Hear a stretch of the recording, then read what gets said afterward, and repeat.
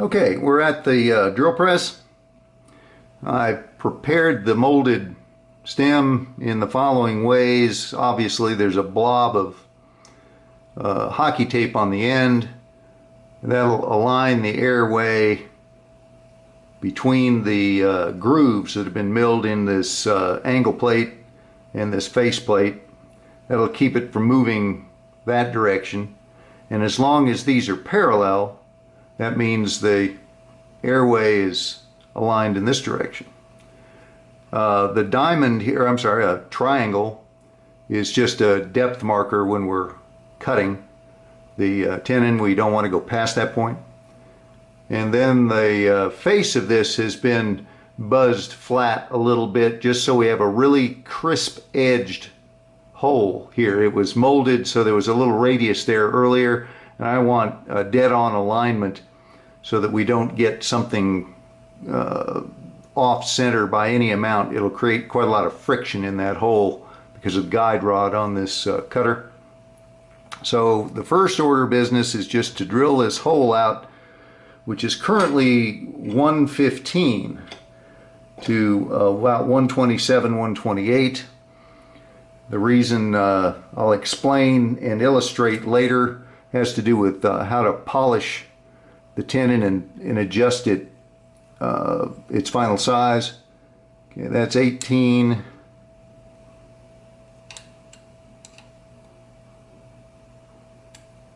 That's 18. And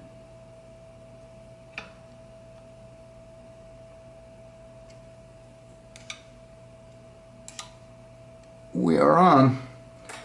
Okay. So I'm going to get this ready for drilling.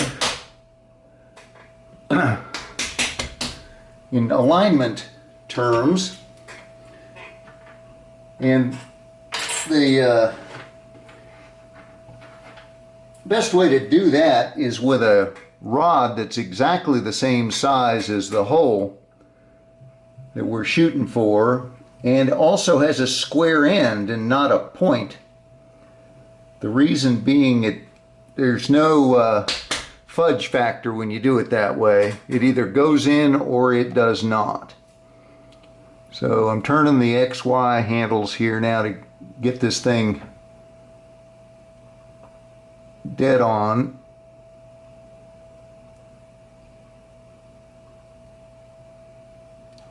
And there we go. Smooth and slippery all the way down.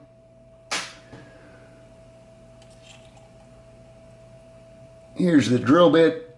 That's the 127.5. Actually, it's a odd size, but it'll do the 127, 128 is close enough.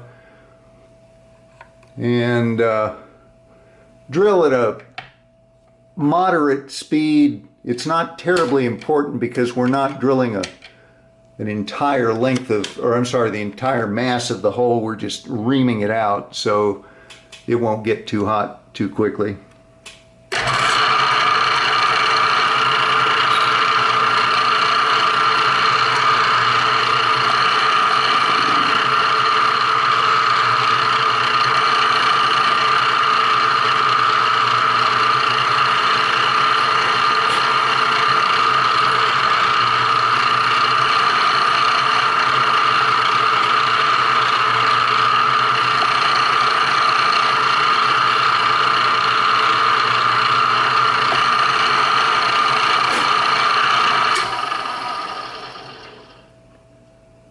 Alrighty.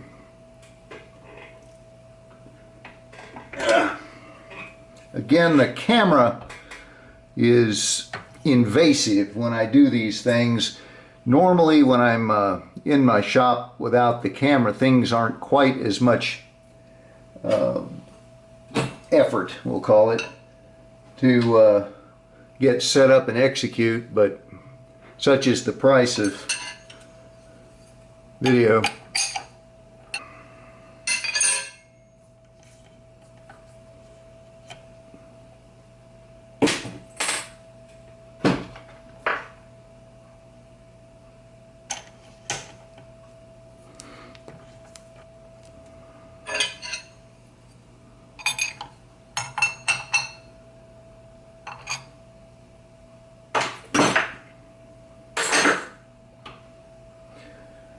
Okay, the cutter is in place, and to take as much slop out of the system as possible, we're going to run it up pretty close here.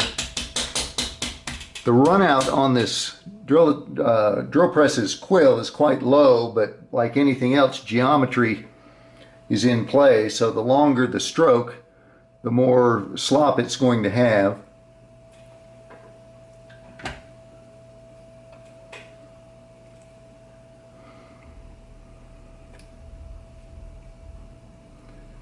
Double check the depth and tightness on this guy.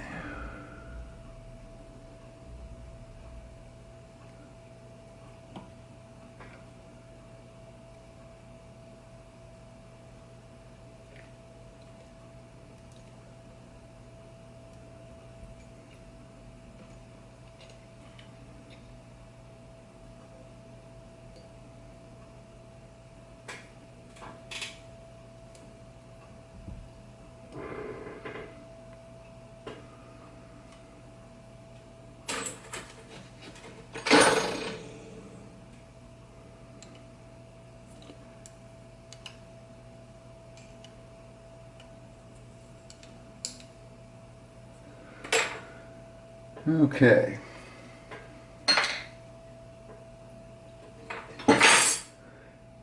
First order of business when using one of these things is to cut a reference, just call it a reference cut, because we're going to take measurements from that.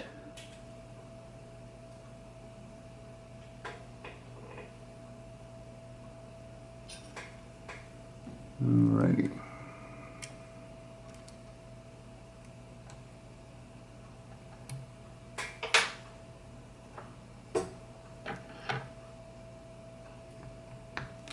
This is beeswax, which is an outstanding lubricant for this type of situation.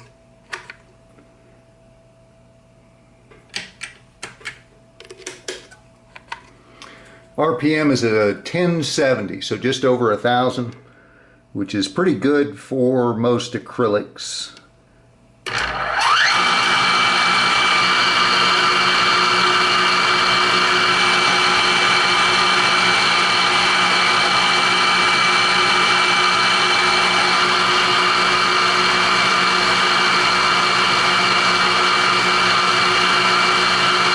Okay, we're centered, and off we go.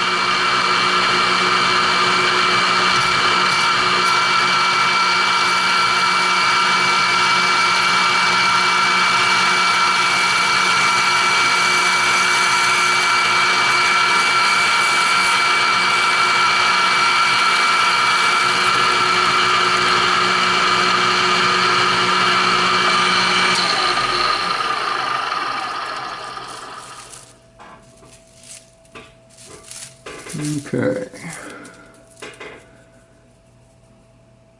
Now we're going to take a measurement of this cut, which is 640 exactly, subtract from it our desired tenon size,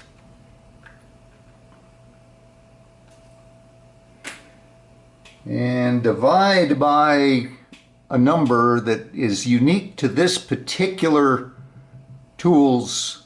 Each one's going to be a little different. You have to figure it out when you get them. But in this case, it's 6.5 per index notch on there.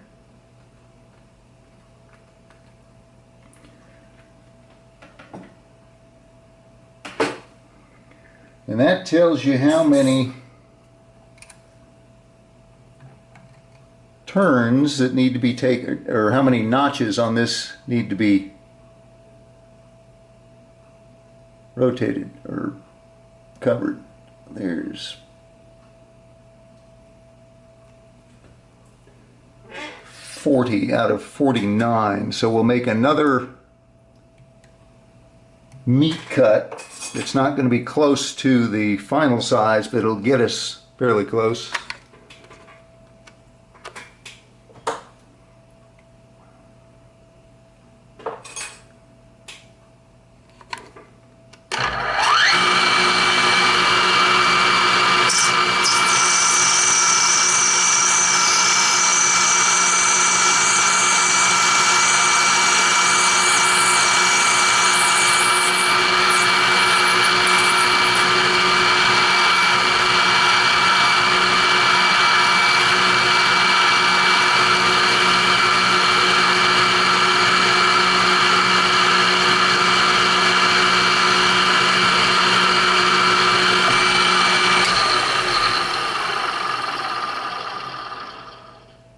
Okay, that last cut I went all the way down to this little masking tape triangle, and we are now sitting at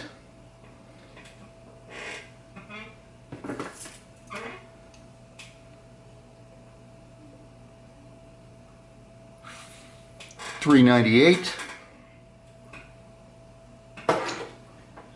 And we're going to 318.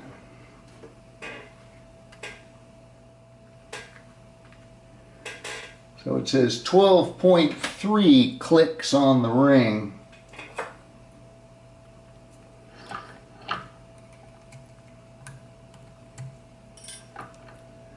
There's 10. And we're going to take one more cut before we do the final 2/1000ths or so of an inch.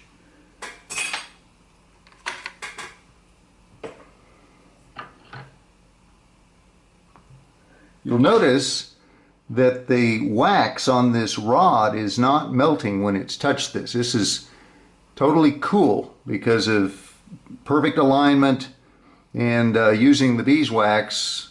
It's as if the rod was in a roller bearing, but it isn't. It's stationary or locked into position really.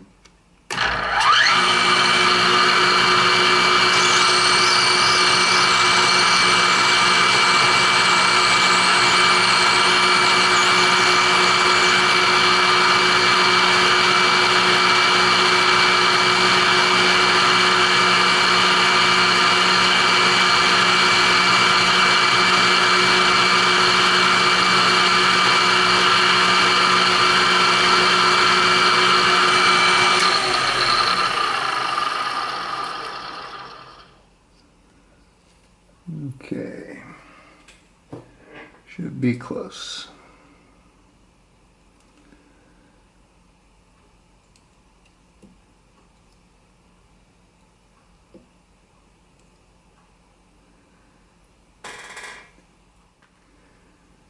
Yep, right where we need to be. This will be the final cut.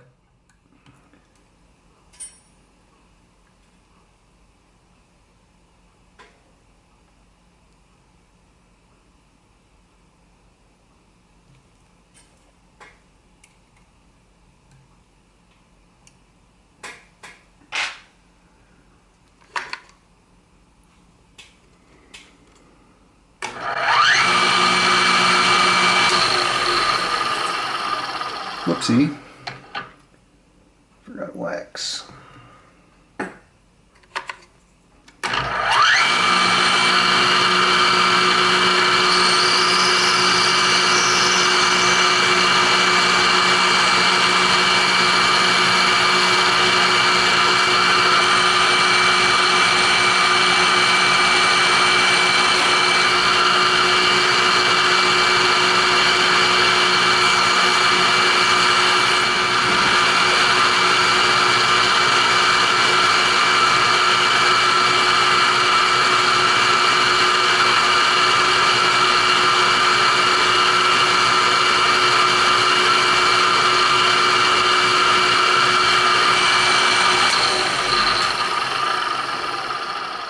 And that should be it.